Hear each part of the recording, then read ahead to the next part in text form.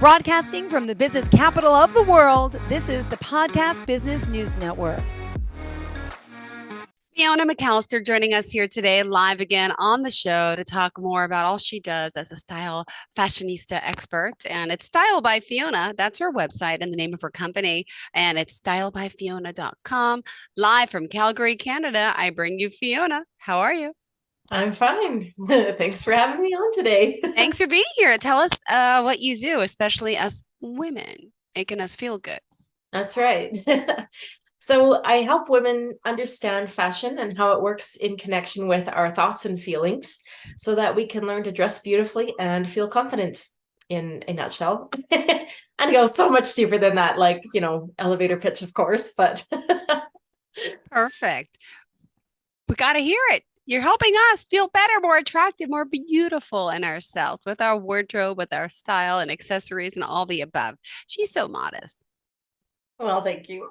Yes, you're a style expert. Talk to us. What did you have in mind for us today?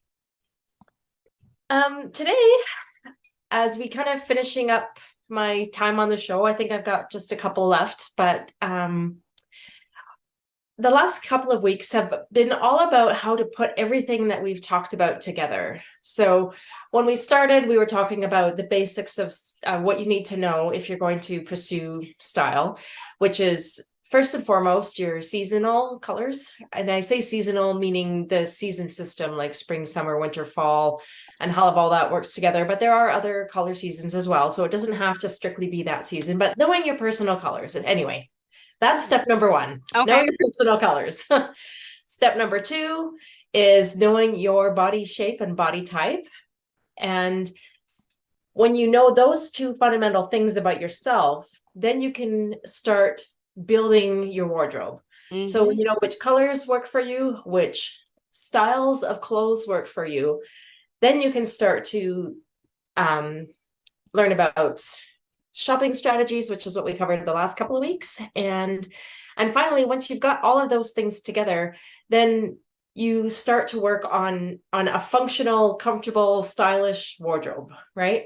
And how you use all of those things.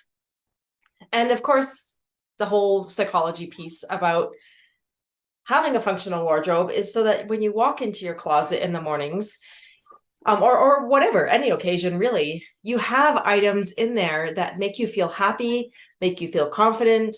And it's no longer this a chore, I guess, or drudgery. Because I think we all have had moments where, you really have a closet full of clothes. Most of us in North America anyway. I mean, there are exceptions, but a lot of us have more clothes than we use. So true. And so it's about learning how to put together the wardrobe that works for you. And it's not just a hoarding problem in your closet, right?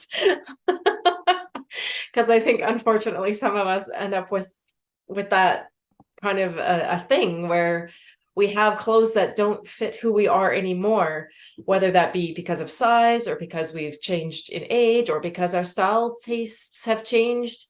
And so, like, we just hold on to things because they have an emotional attachment for us, right? Yeah. And, I mean, that can be any number of things. But the point is, once we have cultivated a wardrobe through effort and care, then it becomes almost like an extension of who we are, rather than just needing to not be naked, right? Yes. Yes, true. Yeah. So so today I was hoping, or I want to focus on kind of a little bit more of the details of how you go about doing that, right? So after you've hired somebody to help you out with your with all of the personal details, like what colors look good for you, what your body shape is, what's your personal style, what's all of that kind of thing, then you want to build a wardrobe that's going to get used. I mean, we all have special occasion items and that we might pull out of the closet a couple times a year or whatever, like that big party dress for New Year's or whatever. But you want to kind of have the items in your closet match the use of your needs in your daily life. So that's where you start to have to kind of plan a little bit more in order to not end up with haphazard purchases that you're like, oh, I thought that was cute on the mannequin, but it's too late to return it or whatever. But if we know what our needs in our wardrobe are before we go shopping, then I guess I should have done this the other way around in hindsight. Wardrobe needs first and shopping strategies. Oh, well, when we know what our wardrobe needs are, and then we minimize the, what is that word? Impulse purchasing. Oh my gosh, totally. Yep. Yeah. And it ends up saving us all sorts of headaches and money in the long run. So I guess your step number one is to kind of know what your basic lifestyle needs are, right? So we talked briefly about that either last week or the week before, but it's analyzing what type of clothes you need for your life. So if you work in a corporate office where you need to dress very professionally, then you need to have a certain number of clothes for that, right? And then if you have a different sort of image that you're portraying on the off times, weekends or evenings or whatever, then you need a certain amount of clothes for that.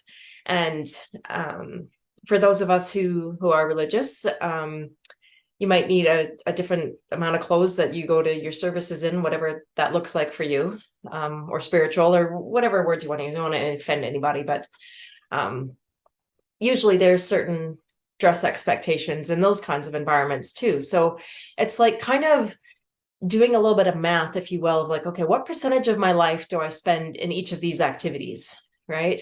And so if you work like a lawyer or something, working I don't even know, 70 hours a week, then you're going to need a lot of work clothes, and you spend a lot of your time in the professional wardrobe. So but if you're, well, it doesn't matter what you do, however amount of time you're spending at work, the wardrobe guidelines at your job have to be considered when you're purchasing your clothes, right? Yeah, totally. Yeah. If you're more of a casual outfit, like I don't know, teachers or daycare workers. Yeah. Yeah. They usually have less formal clothes that they can wear for work. I was just going to say that. Yep. I would agree.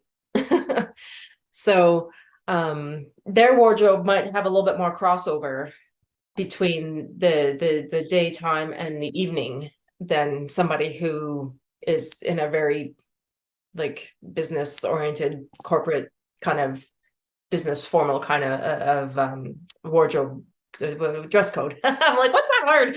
Dress code, right? So and then of course, if you do like thinking about your recreational activities as well, do you go backpacking? Do you work out?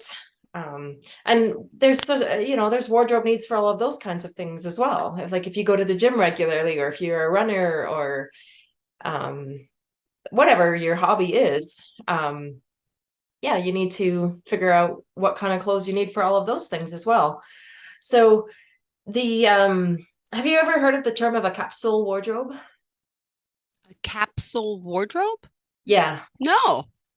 Okay. I know about capsules, time capsules that they bury and they put stuff in. I'm thinking, is it one outfit buried in a capsule and you could switch it into a dress, into a, like, they have those like multi sweater, turtleneck, skirt, thong. Like, what is it? That's hilarious. I'm sorry. No, it's all good. I'm like, man, that sounds like way too much work to have to bury your wardrobe and pick it up and dig it up again every day. That's crazy. Anyway, we're digressing. A capsule wardrobe is basically where you have a group of items that all coordinate with each other. And this is a way that you can start building your wardrobe in each of the areas that you need clothes for. So for your workwear, let's just go with the teacher and lawyer for ease of comparison and ease of examples here. So if you're like a lawyer or anybody in those like very business formal kind of environments, you're going to need higher end, well, not necessarily higher end, but more formal clothes anyways, right? Than a teacher. So in the in the business world, your capsule wardrobe might look like 2 pencil skirts, 3 pairs of sleek dress pants, like between 5 to 10 blouses or tops, and a few blazers, right?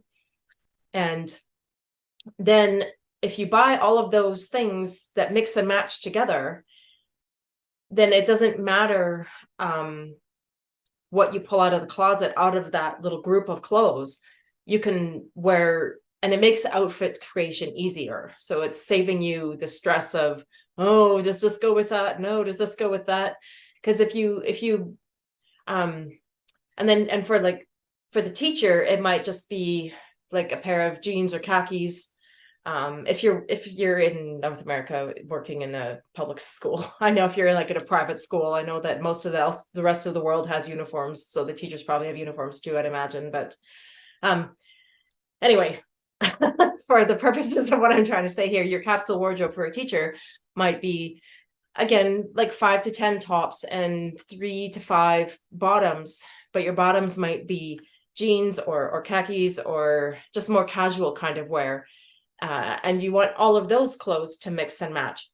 And so say the lawyer has a very casual style when they're outside of work, then you might end up with 2 different capsules of clothes depending on what you need them for. So you have your work capsule, and then you have your casual capsule. Or for like teachers or daycare workers or whatever, your capsule wardrobe would probably have some overlap between what you wear on the weekends or in the evenings versus somebody who's in corporate. Or it could be even people who are in like uniform jobs like cops, policemen, women, or if you work in the hospitals and you have to wear scrubs, those kind of things, then you're going to have the different wardrobe needs than the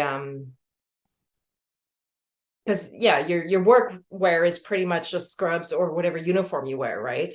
And so that's easy enough, and then you can just buy 2 or 3 uniforms or however many you need to do your job, and then the majority of your wardrobe can be your weekend wear, so to speak.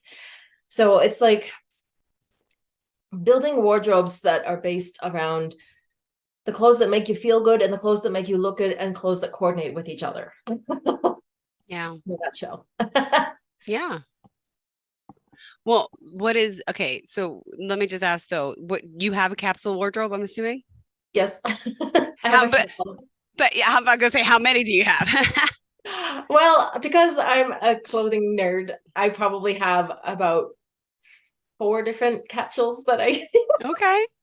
So I have my style clothes, if you will, for when I'm doing my style consulting. I also have like a church wardrobe because I like to dress up for church. And then I have a workout wardrobe. So because I like to run, I go to the gym. So I kind of have a capsule for those things. And what was my other one? Oh, just everyday weekend sort of wear. So yeah, I've got quite a variety. Nice. Nice. I gotta mix them. Now thinking about it, I guess I do have, but I'm not as organized as you. So so funny you just mentioned something about I was gonna ask you about this. We go to church. My sons are 6 and 8, so they started religion. We go to Catholic church. We don't go religiously, but now that religion started, we started going. And I go kind of casual, and a lot of the people do. But I remember growing up, we were never allowed to not dress up. In Canada, do people all dress up to church as well, or is it more casual these days? Just curious. Oh, it really depends on Okay. which congregation you're a part of. Like I belong to the Church of Jesus Christ of Latter-day Saints, more commonly known as Mormons. Mm-hmm. And yeah, there is a little bit more of, I guess, I don't know if an expectation is the right word, but people Yeah. just tend to dress up for That's what other. that's what Yeah. we don't have that anymore around where I live of what we're doing. But when I grew up, we had to always dress. And my son's godfather came up for my son's communion in May. He's from Nashville, from Tennessee, and he Mhm. couldn't. And for a communion, everyone was dressed up, but I guess like some of the guests weren't, like the family members, of course. And he's like, I can't believe half of these people aren't all dressed up for church. And I'm like, I know, my things have changed. I can't do the Right. accent, but yeah. Yeah, I think that that's partly regional as well. And it also probably depends on which particular faith you belong to. Hmm. Because I know that in some of my other Christian friends, they don't, yeah, they'll just wear like t-shirt and jeans or whatever, and it's all good, right? Like, so I think part of it is just your own desires as well. I mean, I'm a nerd. Like I overdress for everything. So I I love love it. getting dressed up, right? So for me, I dress way more stylish than I think the average person does. For sure. Of course you do, because this is who you are. Yeah. As a little girl, were you the same way too? Yeah, kind of. I've always loved fashion and clothes, and so it's just kind of been just a part of who I am, I guess. You know what I mean? Oh, by the And way, the lines are open 631-3. I should have mentioned earlier, but if people listen, some may know the number 631-307. I should have reminded everyone 631. We're just too busy talking. 631-307-4010. 631-307-4010 if you have any questions. Um, Go ahead. Were your parents the same way? Siblings? Like where did this no, come from? um, I've always been very artistic um and I just love fashion, and it's taken me a long time to be okay with that because I kind of grew up in a house full of boys, and so I was actually made fun of for being too girly, right? And so Mm. I had to well, in order to survive as a teenager, I kind of had to downplay it a little bit so that I didn't get teased so much. But yeah, I mean, I grew up with a whole bunch of brothers, and so it it got stifled for a little while. But as I started getting into my 20s, and move away from home, then I was able to blossom more, I guess, if Hmm. that's the right way to put it. But yeah, no, I've always had an innate knack for artistic things, and I like to use my appearance as an artistic outlet even. And so yeah, just building a wardrobe that allows me to do that has been really fun for me, actually. It's just, I'm sure people treat their prized possessions, whatever that happens to be. My clothes are one of my prized possessions. Yeah. Because I just find that I love the way I can put colors together, and well, I like to dye my hair, and so I just fashion and clothing has just been a way to express who I am, and show that artistic side of myself without, well, in the appropriate dress codes and all of those things, of course, right? Like I'm not gonna show up to something formal in like a t-shirt and jeans. I would never do that, but you know, so I guess it's all just part of, well, like I talked about at the beginning of today, is it's just learning about what your wardrobe needs are, right? If your congregation at church, for example, is more casual, then by all means dress that way. But I'm just a nerd, and I like to dress up. So but yes, I have like 4 or 5 different capsules of clothes that I use, and even when it comes to accessorizing, you can match all your accessories together as well. And I'm just like a little kid in a toy shop when I get into I my can closet. I'm see. like, I love it. woo, all the possibilities. What can I put on and play with today? Do you also though like dressing up if you're just home for the day? Sometimes, Hmm. yeah. What I consider casual wear, most people probably consider more dressy. So, like when I'm just home for the day, I'll wear a nice pair of jeans and well, probably like a business casual sort of t-shirt or blouse usually. Hmm. But most people consider homeware to be like the pajama pants and baggy sweaters, right? So I don't I don't have a lot of, actually, do I own sweatpants? I think I have one pair of sweatpants that I use for like painting or something. But yes, so I tend to dress up more even at home than probably your average person. Wow. But I don't know, it just makes me feel like I'm gonna get something accomplished that day, you know? Like if I'm just sitting around in my pajamas, then and yes, every now and again I do have days like that. But I find that the psychological message I send to myself is if I get up and get dressed for the day, then I'm more likely to get it, whatever it is done that needs to be done. That could be stuff around the house or I don't know, parent council things or work stuff, whatever. Like there's just so much power, I guess, for lack of a better way to put it, in putting on the clothes that speak to us. And I know we're almost out of time, but I'll just share a little bit of something that I found super interesting when I was doing my research for my master's thesis, is that the fancy academic word for it is enclothed cognition. But basically what it means is the thoughts we think about the clothes we wear. And there was a new field where people are studying like the same piece of fabric, but the way people perceive it means that they act differently. So in the seminal study, they got like a lab coat that looked like a doctor's lab coat, you know? And so they told the first group of participants that it was a doctor's lab coat. And they told the second group of participants that it was a painter's coat.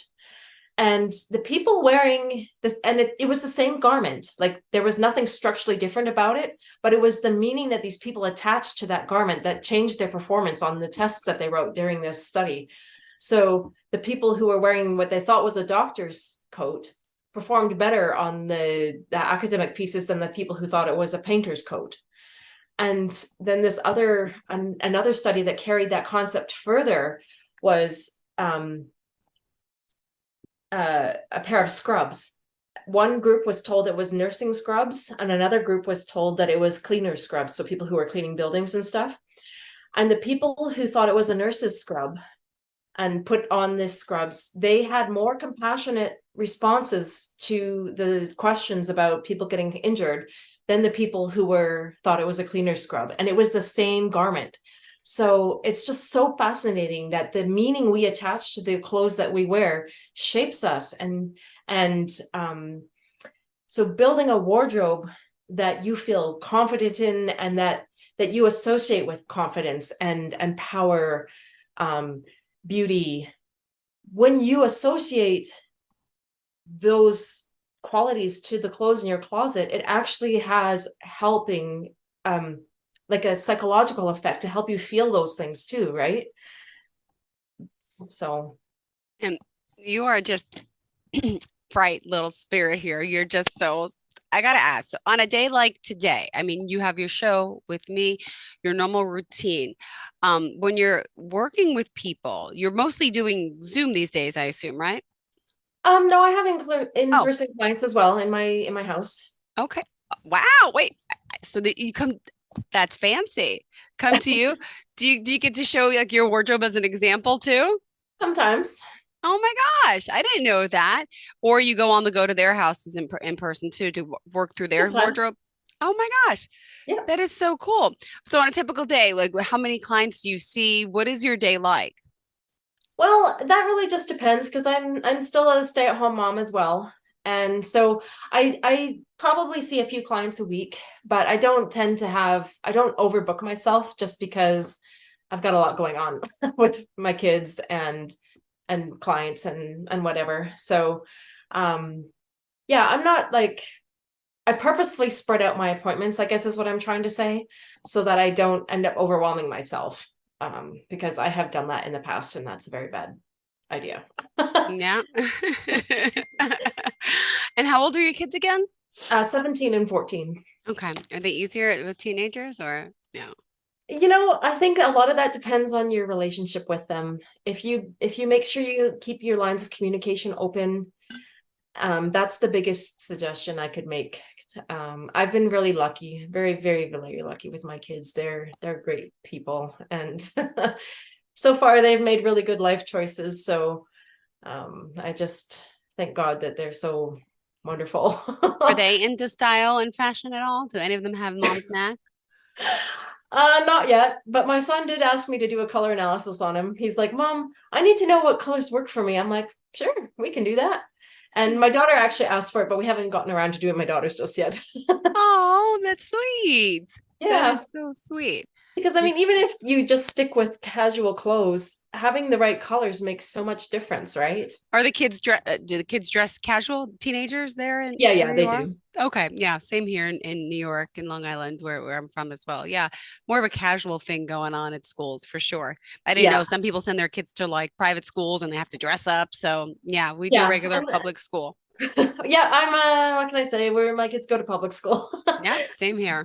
But yeah, they we I mean we do have some private schools in my city. And kids in those schools often will wear uniforms, but I find that I don't know, for me I was just like, oh, that's too expensive. That's what I say. Oh, it's a better education. I said, no, it's not. It's I pay taxes here in New York, and we pay.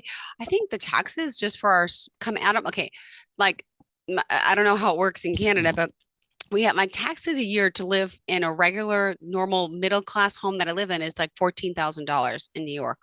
Okay, Oh and wow. I think For like property seven. taxes? Yes. Oh, that's way high. Oh Wow. yeah, people that live in fancy houses on the water like 60,000. So 14,000 is pretty average. Like honestly, like 10 to like 16. I'm not kidding. But then like half of that goes towards school taxes. So like $7,000 a year goes to this public school, and that's where I'm like, I'm paying enough. Why would I send my school? I guess if you have money, you would, but Yeah. we don't. Yeah. No, I hear you. We send our kids to middle class school as well. It's Yep, all good, our public education. I But you know agree. what? I mean, I went to public high school and I still managed to get a master's degree. So Same here. exactly. I'm like, I didn't end up in Harvard or whatever, but eh, it's Sorry, I okay. digressed with you too. I'm sorry. We're talking about kids, but I'm just curious about your kids and family. Oh my God, we were That's talking okay. about capsules and fashion, and how the heck did this happen? That's all right. Don't worry about it. It's all good. All right, well, Yeah. what So else? What else did you want to say? I'm no, sorry. that's all right. I know we got to close up here, but it was just encouraging people to do all of what I've talked about today, Yeah. to do the color analysis, do the body analysis, learn about what your lifestyle needs are so that you can build a wardrobe that makes you feel good and look good and that is comforting or not comforting, functional. I don't know And what term I said. comfortable. Well, Functional could be yes, comfortable. Yeah, I yes, got yes. it. You want your clothes to be comfortable as well, but a functional wardrobe that makes you feel good, look good, and that yeah serves all your needs for what you need. So, um, really quickly, I would say that for most people, if you don't have a lot of money, when you're starting this out, is in each group of capsule that you have for work, for home, casual, whatever, you want like say between 5 and 10 tops and like probably 2 to 5 bottoms, because most of the time people will notice what you're wearing up top before they You're notice right. what I you're wearing have on the more bottom. tops than bottom. Oh, for sure. For sure. Yeah. Yeah. And yeah, so just try to make all of these things work together for you so that when you go into your closet, it's at least neutral, if not a positive experience. Mm-hmm. Because we've all had the times where we feel negative about what clothes we own and what we wear, but or what we have in our closets. But yeah, so in terms of wardrobe building, it's just about getting all of the things and learning how to like, and most of all, it's putting in the time, understanding that we are worth the time that it takes to build a wardrobe that makes us happy. Yeah. Well, thank you so much. Remind us how we can reach you. Fiona at stylebyfiona.com is my email, or you can reach out to me at 403-966-5896. All right. Thank you so much. I really appreciate it. And always a pleasure having you here. Thanks for sharing Okay, see you. details about your family. I appreciate it, mom to mom. All right. Have a great day, sweetheart. Thank you. Are you looking for even more of the podcasts and hosts that you love? The Podcast Business News Network is proud to announce that you now have even more ways to listen live. Check out the MyTuner Radio, online radio box, and Simple Radio apps on iOS and Android, or find us online. Search for Business News Network on mytuner-radio.com, or search Podcast Business News Network on streama.com and onlineradiobox.com/US. Take your podcast on the go and don't miss a minute of the action.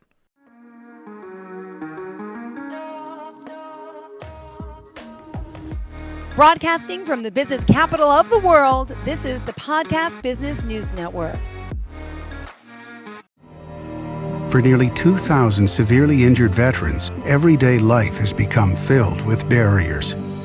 Day-to-day simple tasks can become pretty daunting. I have to carry my chair up 2 flights of steps or have somebody do it for me.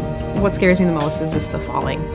When I'm struggling with my house, I think, to have that one great barrier just knocked down, it's crucial.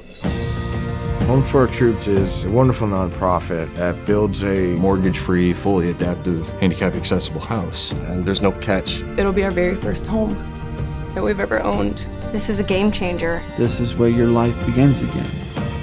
We need you to join us in completing this important mission. Please visit hfotusa.org and help build homes and rebuild lives. Because of you, everything's going to be okay.